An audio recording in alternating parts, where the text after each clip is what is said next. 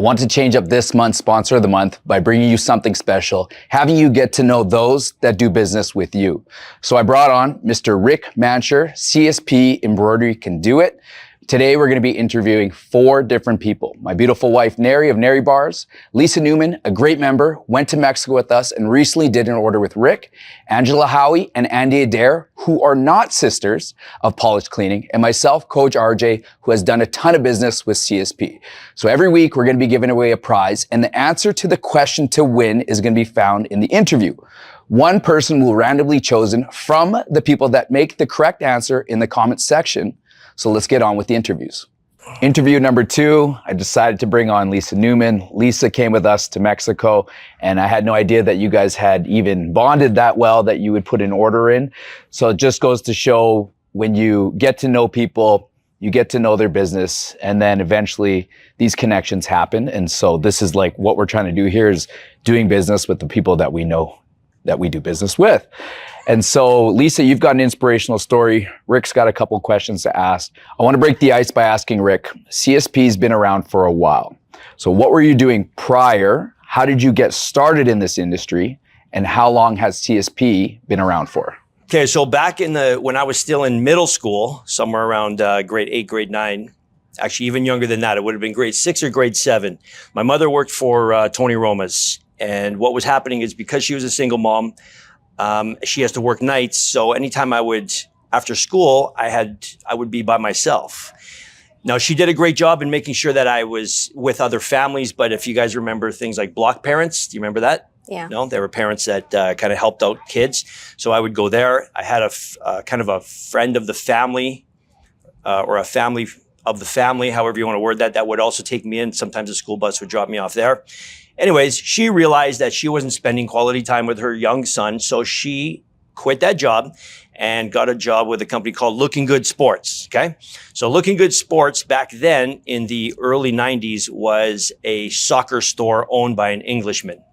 And back then we didn't have like sport checks in the big stores where you can buy stuff. And this was just a little hole in the wall joint on St. James Street that sold soccer balls and soccer shoes and soccer pumps. And that was it. And he was looking for somebody to help him with the store. So she applied and got the job. So now she had a 9-to-5 job. Fast forward about a year or 2 into this, and his side hobby was deep sea diving. He liked to go diving, and he would go for weeks or months at a time. So 2 years into owning or working in this business, he approaches her and says, I don't want to do this business anymore. Do you want it? Just take it over. And she was not a business person, but she said, yeah, I'll take it over. So that was how my family got into this business. And remember, it was called Looking Good Sports. So back then, the other thing that we did was soccer jerseys. So you had to heat press numbers on the back. And one of my jobs as a youngster was standing on a milk crate and heat pressing numbers on the backs of these jerseys. So I was just a kid at the time, right?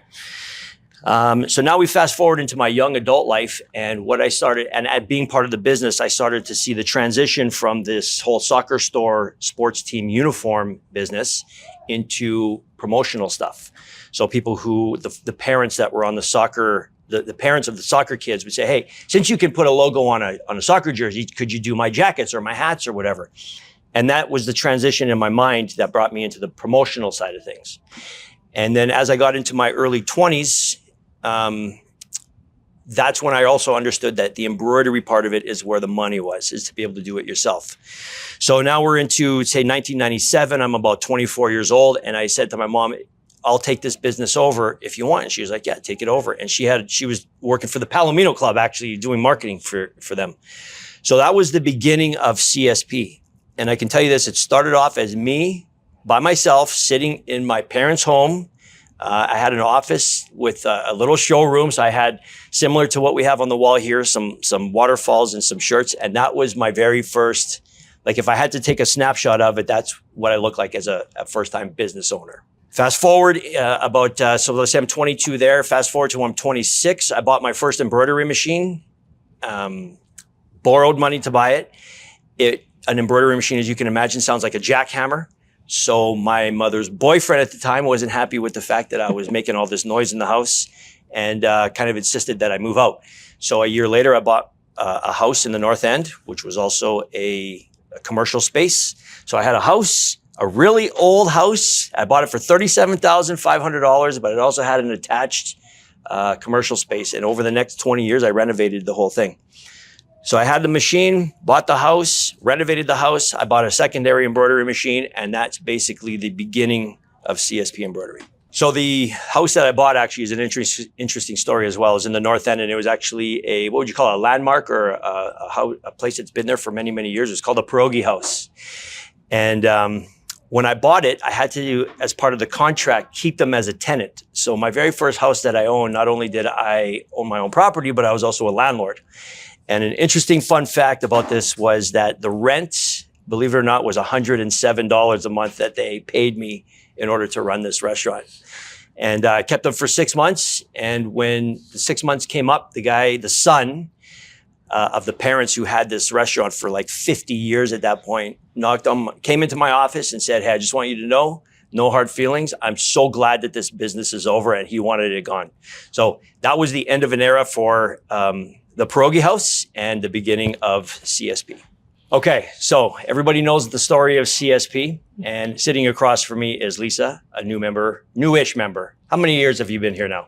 18 months, 18 actually. months. All right, Yeah. so we'll say you're newish. But more importantly, you're also a brand new customer of CSP.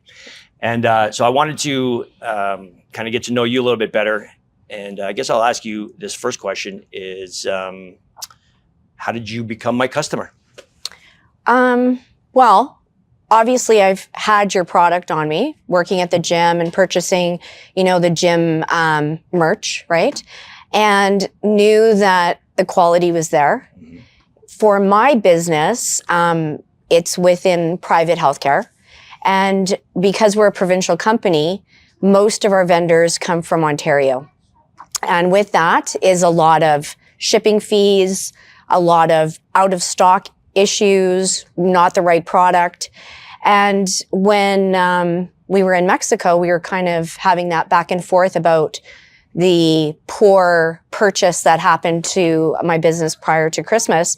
And so in our conversation, you said, "Listen, let's see where I can help you at." And I knew the product was really good. And that was one of the things that honed in on that purchase. So I came back, we connected, and and obviously made that initial purchase, Mm-hmm. which now I have staff. I purchased t-shirts with our logo, backpacks, and gym bags. Now the backpacks and gym bags actually are branded name brands, North Face and Oakley.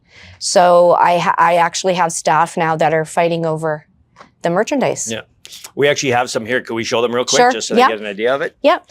Yeah. So this is the t-shirt. It's actually a high quality cotton, and it has the Bayshore Home Care Solutions logo. It's the newest logo with the heart, and it's all embroidered. There you go.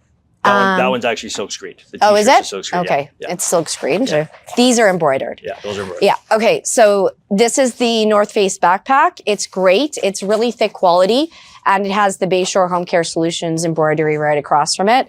These were actually handed out to our nursing staff to keep their laptops in and any supplies they need, because we have healthcare aides that consistently take indoor, outdoor shoes, indoor, outdoor clothing, jackets, purses.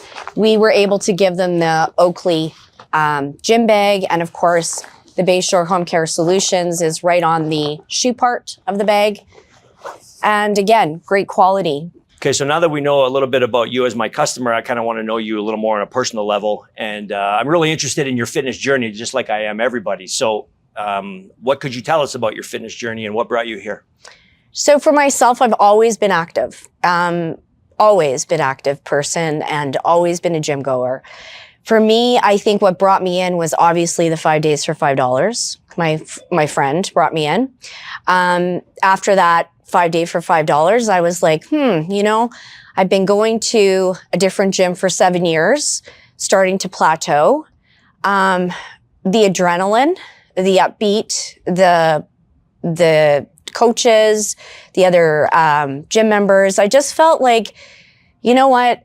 You kind of have to change the transition and kind of build up, right? So I was feeling good. Like I was walking out feeling like in that 30 minutes, I had given 110%. And, you know, that kept me coming back.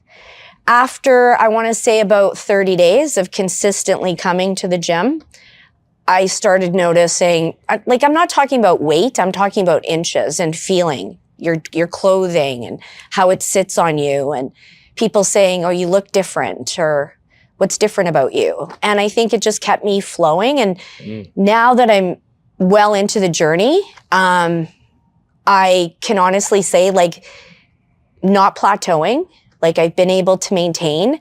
But for me, like, I'm in that next chapter of my life, right? So it's not all about the weight. It's all about the look. It's all about the mental stimulation. It's, you know, it's that adrenaline.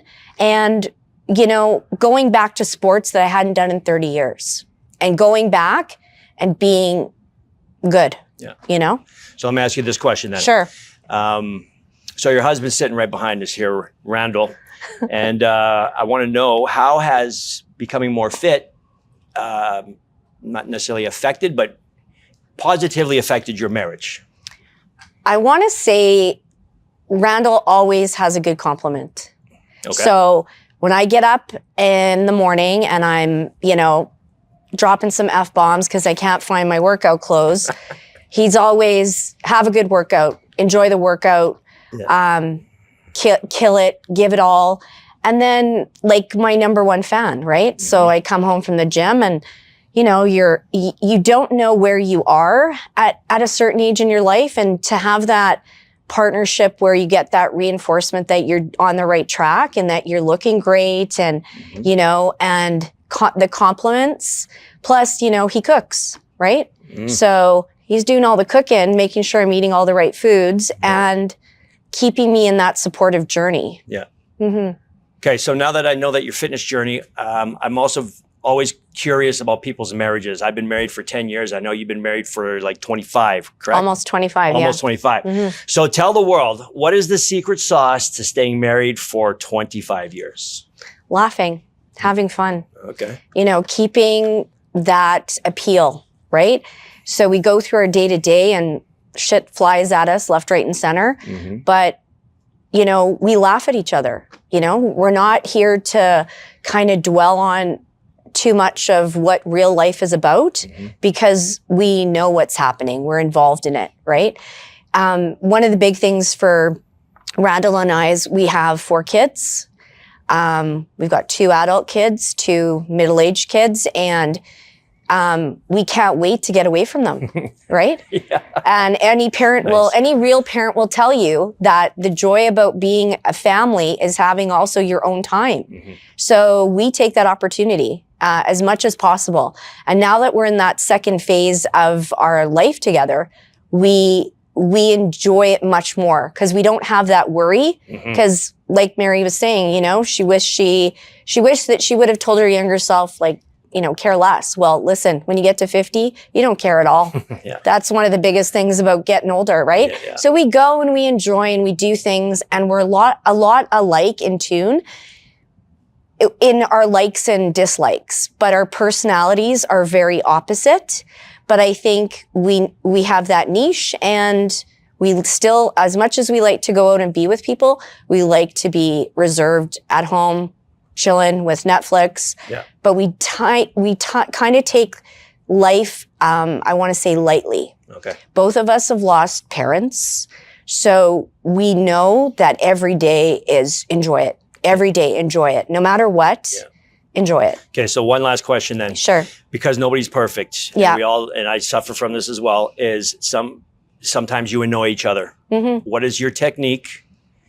Once you've annoyed each other, how do you go from there to bring it back together? Well, for me, one of the things I do is I ask him to make something for dinner. I'll say, can you make whatever? So if I've torn him down mentally, physically and emotionally. I know Then you make him cook for you. I know it's gonna bring up his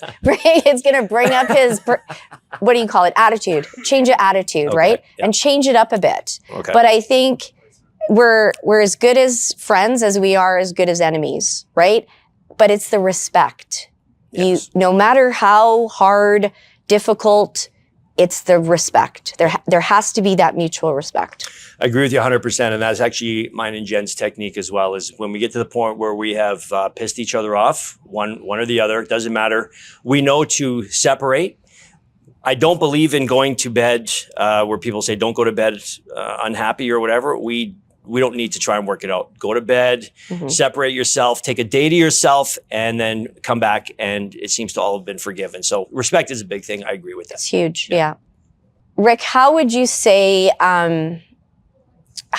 you've defined success, whether it's in business, relationships, marriage? How would you define that? I define success. Well, we'll break it down. So on a personal level, I define success based on, I guess, stress. So if I don't have stress, I feel like I'm successful. It means that my business is running smooth, which means that I've done the right things in order to make sure that that's the case. If I'm not arguing with my wife and we're actually like bonding, what would be the word where we're jiving, we're gelling. I looked at it as that is success, because obviously we've done the things behind the scenes to make sure that we're, in love with each other, date nights, Enriqueing or whatever, right? And then from a personal level, success really comes down to fitness. If you wanted a specific answer, it means that I'm here 5 days a week. It means that I'm putting the right things into my body, and just making sure that when I look in the mirror, I actually respect and like the person that I'm seeing. So that's how I define success. So for anybody asking, Randall's love language is acts of service. He loves to cook. It brings out the best version of him. Lisa loves spaghetti. His first dish that he's ever made was a T-bone steak. We want to thank everybody for tuning in. Mr. CSP Embroidery, Lisa. We'll see you on the next video.